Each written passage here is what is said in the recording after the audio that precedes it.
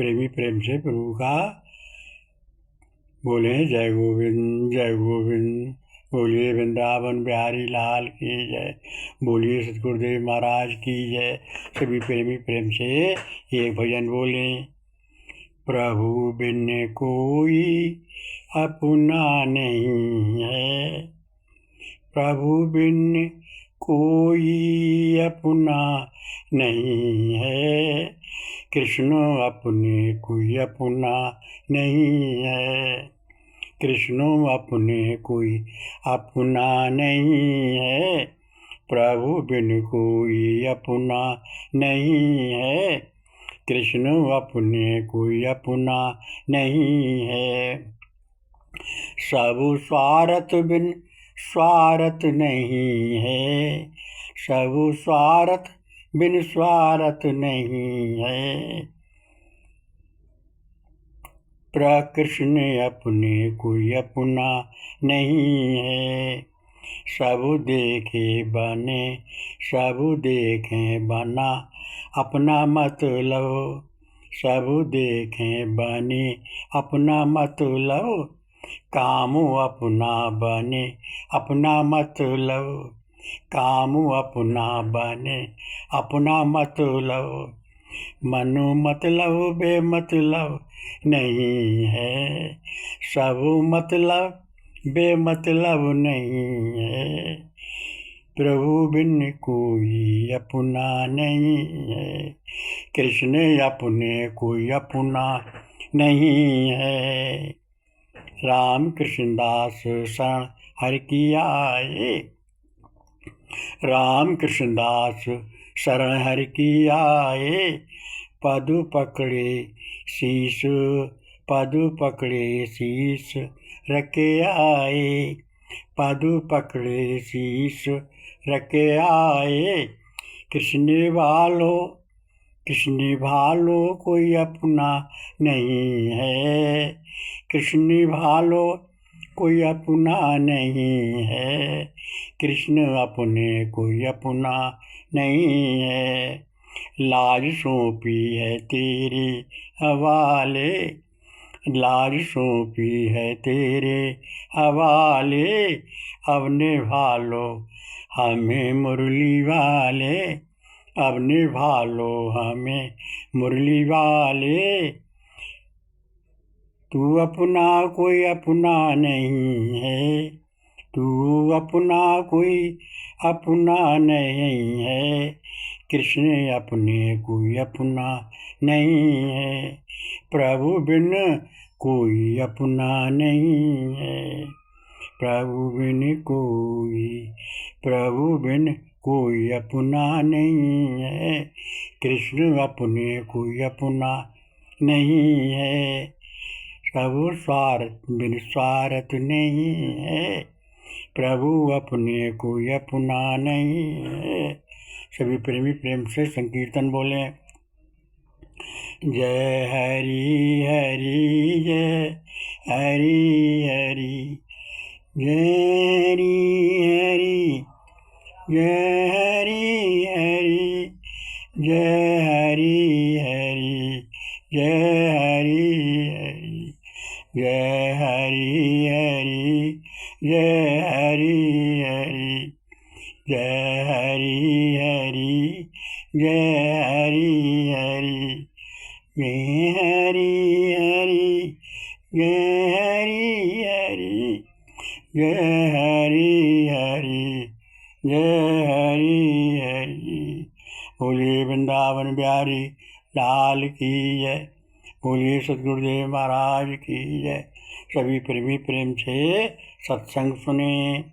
जब प्राणी सब तरफ से हरास हो जाता है, सब तरफ से निराश हो जाता है, उसका संसार में ऐसा लगता है कि मेरा संसार में कोई नहीं है, कोई मेरा साथ देने वाला नहीं है, मुझे कोई देखने वाला नहीं है, वो अपने जीवन से निराश हो जाता है। सब तरफ से उसे समझ लेता है कि अब संसार में मेरा कोई नहीं है।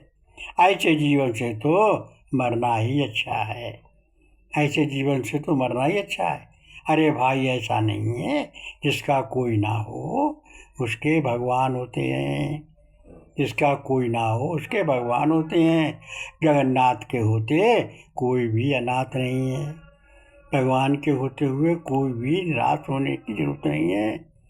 भगवान सबके होते हैं, सब भगवान के होते हैं।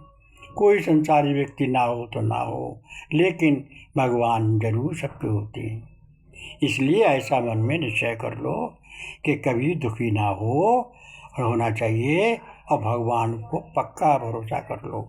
और सब पर भगवान के हैं, दुख में, सुख में, सतुख में। देखो ध्रुव का कोई नहीं हुआ और दुख को देखो घर से निकाल दिया गया। दुख के कौन हुए? भगवान। वन में ही भगवान ध्रुव के पास आ गए और ध्रुव को देखो, उनको गोदी से ऊंचा स्थान दे दिया। क्यों? भगवान सबके होते हैं। प्रहलाद को कोई नहीं हुआ, प्रहलाद का को पिता ही उसको मारने लगा। जब पिता ही खुद बच्चे को अपने को मारने लगा तो फिर उसका कौन हो जाएगा? तो पिता ही अपने पुत्र को मारने लगा तो उसका कौन हुए? भगवान हुए। उन्होंने खंभे से नरसिंह रूप धारण किया और उसके पिता हिरण्याकश्यप को मार दिया और प्रहलाद की रक्षा की। क्योंकि भगवान सबके होते हैं, जिसका कोई ना हो उसके भगवान होते हैं। इसी प्रकार से भगवान नरसिंह ने प्रकट होकर उनका रक्षा की। देखो राम जी थे, जब विभीषण को परेशानी हुई, लात मार कर विभीषण को लंका से रावण ने निकाल दिया, तो विभीषण राम की शरण में आ गए। राम ने विभीषण को अभय प्रदान कर दी और लंका का राजा बना दिया भाई उसी दिन, और विभीषण को अमर कर दिया। क्यों? जिसका कोई नहीं है उसके भगवान है। ये निश्चय पक्का कर लो कि जिसका कोई नहीं होता उसके भगवान है। मीरा को कोई नहीं हुआ, मीरा को मारने के लिए जहर दे दिया गया, लेकिन मीरा भगवान के की परम भगत थी। उसने भगवान को बिना भोग लगाए हुए कोई चीज़ नहीं खाती थी। इसलिए सभी प्रेमी कोई भी चीज़ खाओ वो भगवान को पहले अर्पण करके खाओ। अगर भोग लगा कर चीज़ खाओगे तो वो चीज़ तुम्हारी प्रसाद बन जाएगी, अमृत बन जाएगी। जैसे मीरा ने भोग लगाकर जहर को पी लिया, तो जैसे ही जहर का भोग लगाया तो वो जहर अमृत बन गया, क्योंकि प्रभु ने वो पान कर लिया और मीरा मरने की जगह अमर हो गई।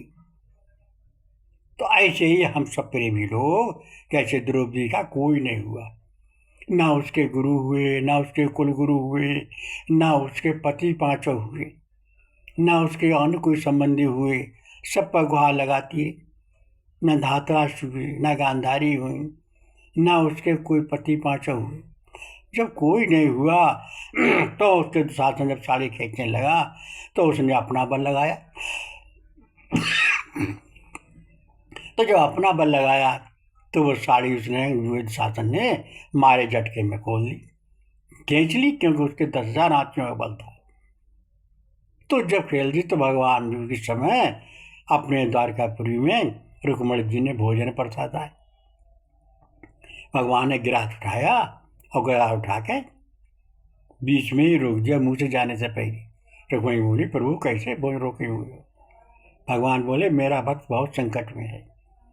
तो बोले, प्रभु ये संकट में है तो उसके संकट का निवारण कीजिए।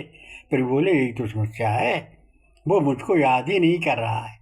वो अपने संबंधियों को याद कर रहा है, अपने गुरु को याद कर रहा है, अपने परिवार वालों को याद कर रहा है, अपने पति को याद कर रहा है। और जब तक कोई प्राणी मुझे याद नहीं करता तब तक मैं उसकी सहायता नहीं करता, तब तक मैं नहीं जाता। ये कारण मैं देख रहा हूँ। तो द्रौपदी की जब साड़ी खींचने का नंबर आ गया, उसकी साड़ी उसके मुंह से निकल गई, तो भगवान का उसने आधा नाम बोला, पूरा नाम भी नहीं ले पाई। गो बिंद भी नहीं कह पाई। जैसे ही गो कहा, प्रभु जी वहीं प्रकट हो गए और एक रूप से आप स्वयं हो गए और एक रूप से वस्त्र का रूप धारण कर लिया और द्रौपदी की साड़ी में साड़ी का बता लगा दिया, उसी तरह की साड़ी बना ली। और ये पता ही नहीं चल रहा कि साड़ी बीच नारी है कि नारी बीच साड़ी है। अर्थात द्रौपदी की भगवान ने रक्षा की और दुष्ट उसका कुछ नहीं कर सके। तो ये समझ लो, जिसका कोई ना हो उसके भगवान होते हैं। नन्ना अपने खेत पर बैठकर, उसके पास कुछ नहीं था, थोड़ी सी जमीन थी, खेत पे बैठ कर रोने लगा भगवान को याद करके। क्या थोड़ा खेत बो जाता तो कुछ अगले कुछ साधन खाने को हो जाता।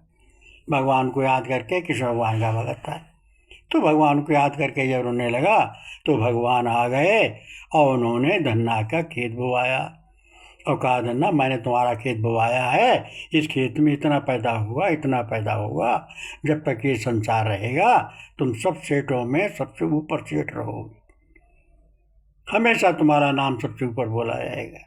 तो आपस में अगर सेठों सेठों में लड़ाई हो जाए, किसी भाई भाई में लड़ाई हो जाए, पड़ोसियों में लड़ाई हो जाए, तो मारते हैं तुम बड़े धन्ना सेठ हो। तो ये नहीं जानते अब कि धन्नाव कह रहे हैं, ये उसी धन्नाव कह रहे हैं जो भगवान ने धन्ना सेठ बनाया था अपनी कृपा करके।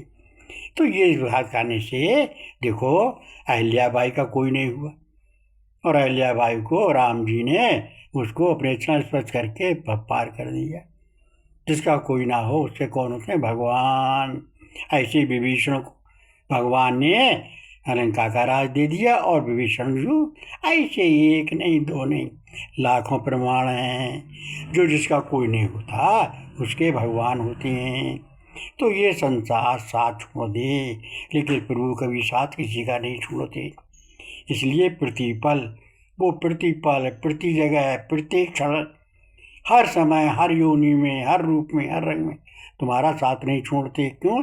वो जीवात्मा रूप से हर प्राणी के साथ रहते हैं। ऐसा समझकर प्रभु का गुणगान करो, किसी की आत्मा बनकर साथ रहते हैं, और समय आने पर कोई मुसीबत पड़ने पर प्रभु निर्गुण से सगुण रूप धारण कर लेते हैं और सहायता करते हैं।